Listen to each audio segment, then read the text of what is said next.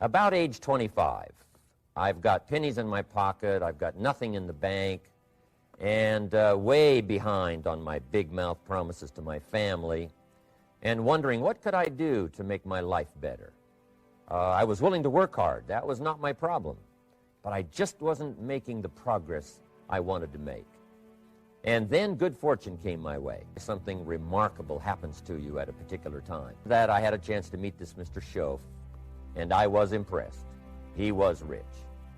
He was easy to talk to. I thought, if I could just get around somebody like him, and if he would teach me and coach me, I would do it all.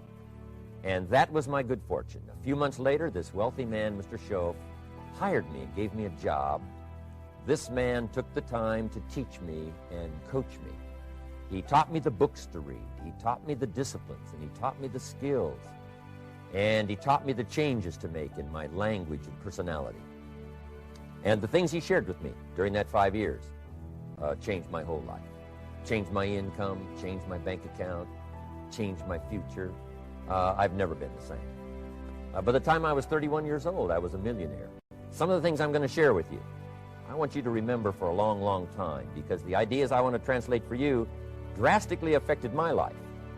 And if I can share now and affect your life, that'll give me great, great satisfaction. Farm boy from Idaho, raised in obscurity, parents of modest means, broke when I was 25. How come I would get a telephone call and someone offer me a lot of money to help them in expanding around the world? Simple answer, evidently. Something happened to me between age 25 and where I am today. And I can tell you where it all started.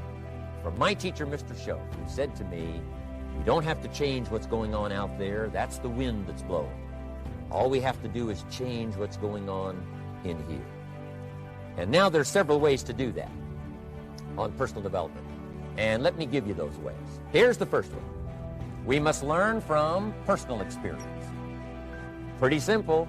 Learn from what happens to you.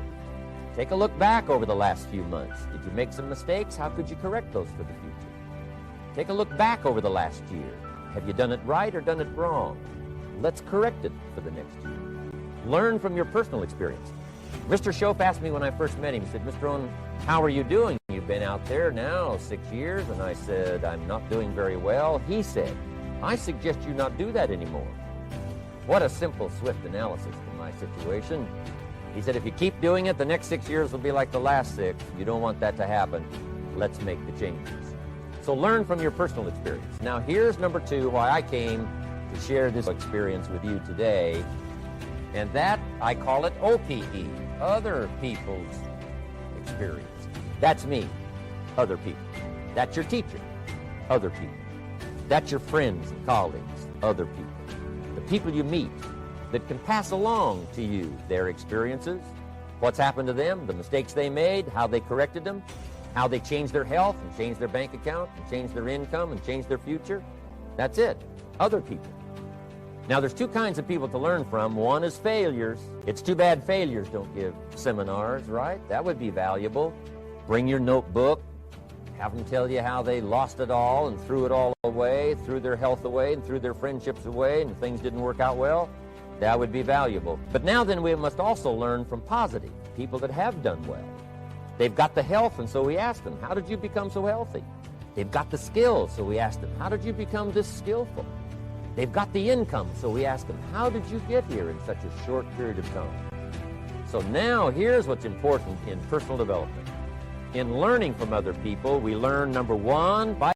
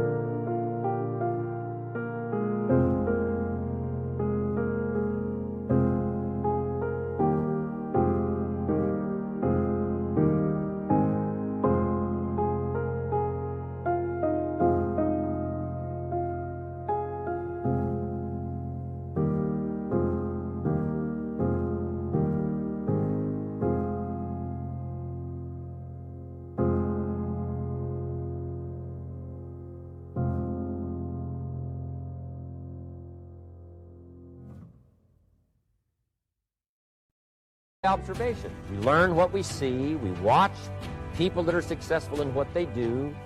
In sports, we watch their disciplines. In business, we watch their disciplines. By observation, what we can see. The reason I created this is something that you could see someone's experiences translated for you. Second, we learn by what we hear. Wherever you go, and learn by listening. Turn your car into a mobile classroom and listen. And then listen to the sermon on Sunday morning. Listen to the lectures. Listen to the teacher. Listen to someone who's got something good to say. And then number 3 is vitally important on personal development, and that is read all the books you can possibly read in your lifetime. Mr. Schoaf got me started on my library.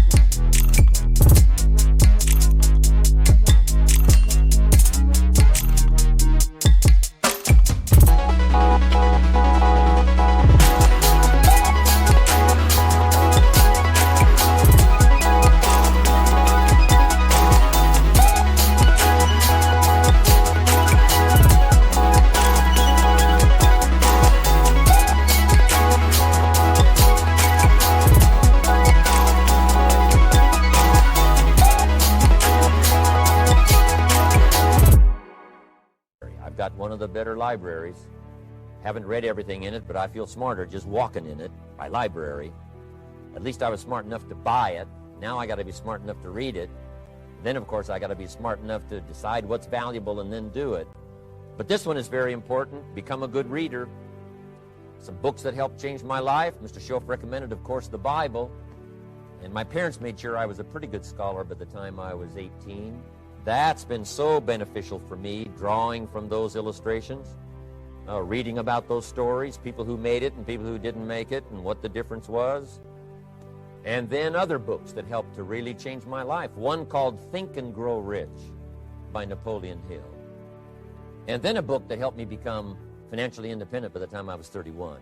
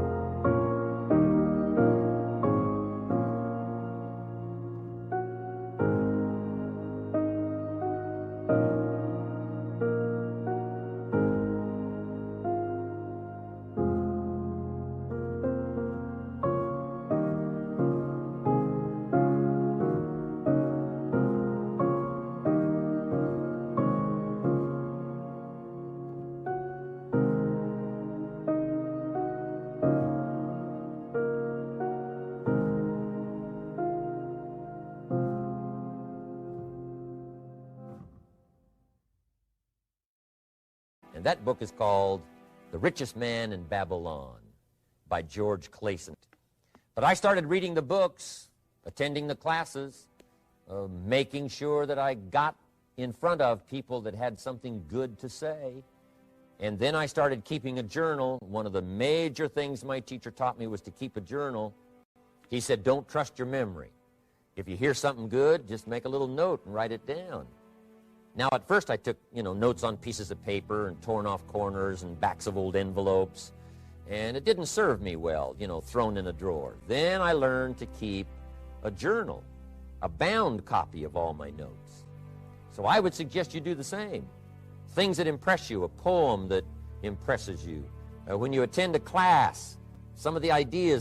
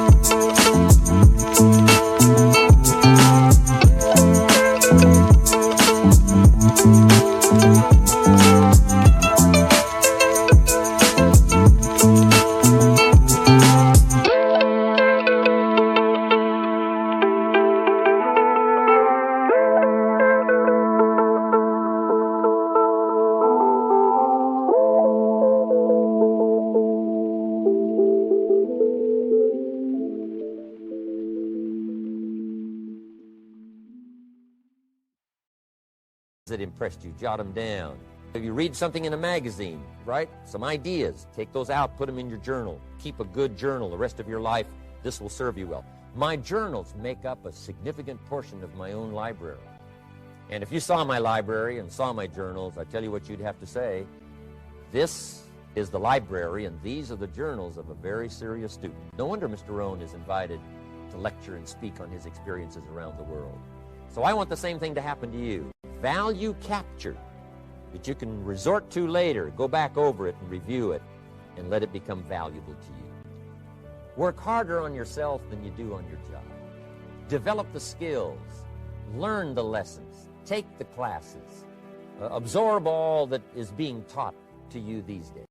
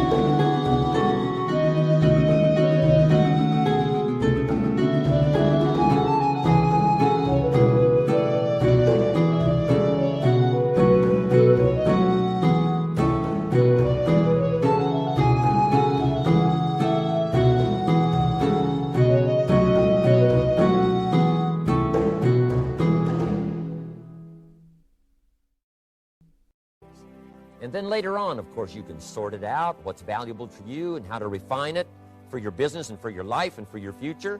But the main thing is to get it and start this process of personal change, personal development. And let me say it one more time. If you will change, everything will change. You'll never be the same. You'll keep growing. As you look back on a few months, look back on a few years, you won't believe the progress you can make. Economically, your relationship with your family, your friends, and whether you're in sports or economics or whatever, I'm telling you, that whole process of committing yourself for personal change, personal value, can really make your life unique and worthwhile.